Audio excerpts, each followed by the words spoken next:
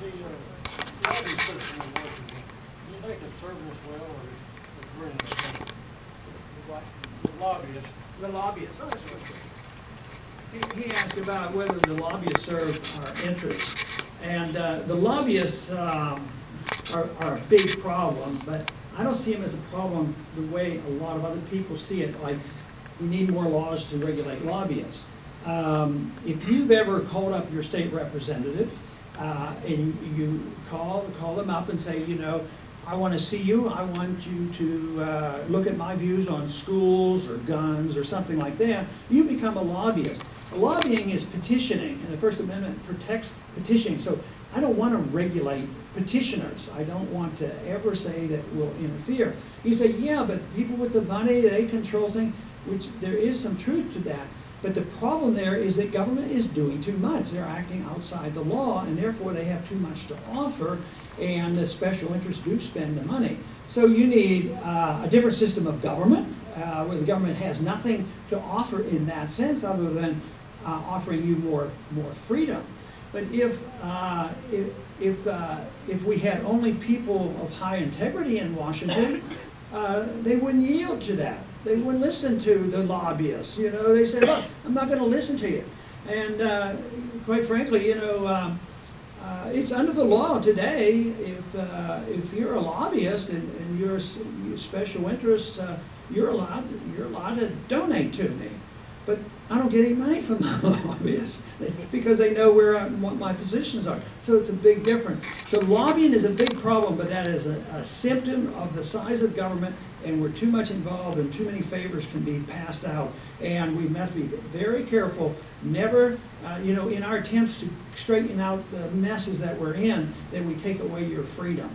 And so we want to always protect your right to petition the government. And if you're a right to life or pro-Second Amendment, you don't want to restrict somebody else because they're lobbying for the wrong thing. It's the principle of petitioning that we have to protect.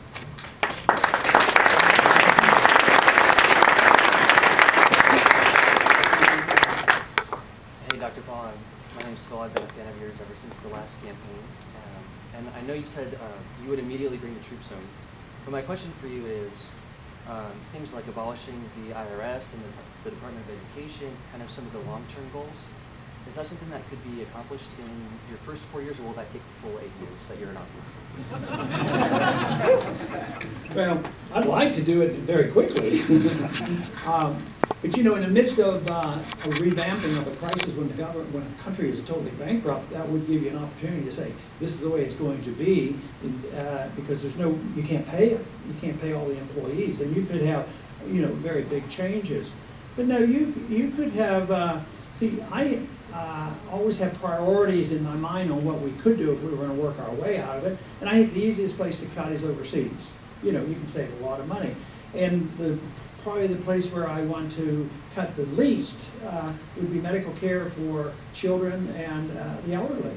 And even though technically you don't have to have it, and it wasn't meant to be, but to attack that makes no political sense, and you wouldn't have to if you're willing to cut the other. But I would put Department of Education and Department of Agriculture and Department of Energy and Department of Commerce and Department of Homeland Security, so many other things where it accomplishes nothing, and work on it as fast as possible. But a lot of those, to get rid of them completely, you would probably you'd probably have to get legislation passed on that. If it was made, and the other one I mentioned earlier is challenge some of these things in court and say this is unconstitutional, we shouldn't continue this program, and try to get rid of it that way.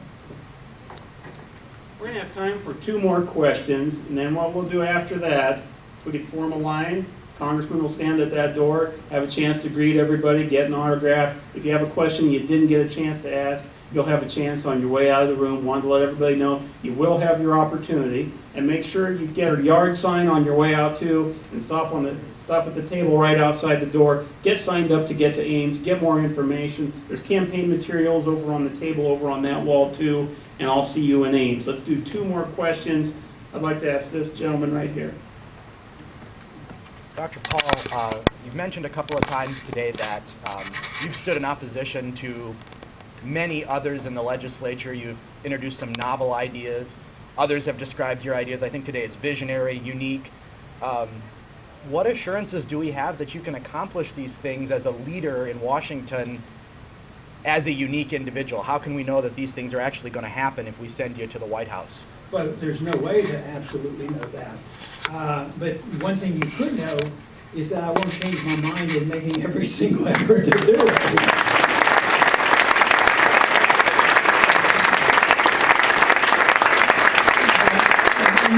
In many ways, it does take a consensus. The people have to decide what the role of government should be. But what I would continue to do as the country gets into more trouble, the more open they're going to be to these views, and that's where I think we're making tremendous progress. But it would take a lot of support. People vote when basically on their own self-interest, which is okay because.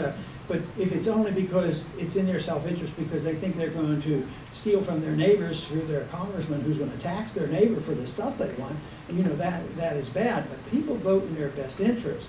And my job as a president or a congressman, and the job that you have because you're activist, is to convince people that it is in their best interest to opt out for less government and not think that big government is your solution.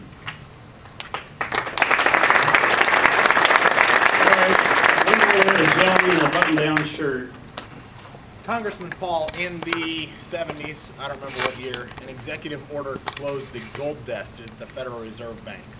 As a follow-up to this gentleman's question, could an executive order reopen those gold desks where we are allowed to exchange our Federal Reserve notes for either as silver or gold certificates for bullion? And if so, how far would that go to reestablishing a commodity standard? What else would be necessary to actually form or standardize a gold standard for the currency? Well, an executive order could do it, but it wouldn't accomplish what you want because what we were doing in 1971 when the gold window was closed is that we just said that the foreigners no longer could put $35 down and get an ounce of gold because they were running out of gold. And Nixon said we have to quit doing that because you couldn't do it at $35 an ounce. You can't do it at $300 an ounce. You can't do it at $1,000 because gold is selling at $1,600.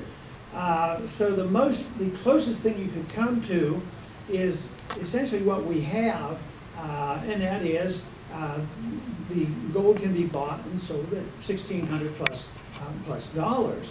But we're not selling the government gold, and I have pursued this a bit. Matter of fact, I just pulled this up, called it up to Bernanke the other day about why they hold gold. And if they are true that gold is not money, why don't they just sell the gold?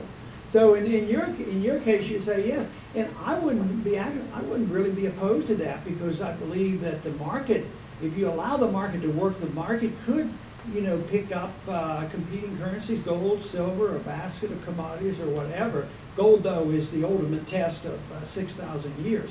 But if you wanted to have a government gold standard and work real hard to keep the integrity of the government such where they honor this, you would have to have some legislation to do that. But simply reversing that executive orders wouldn't be enough.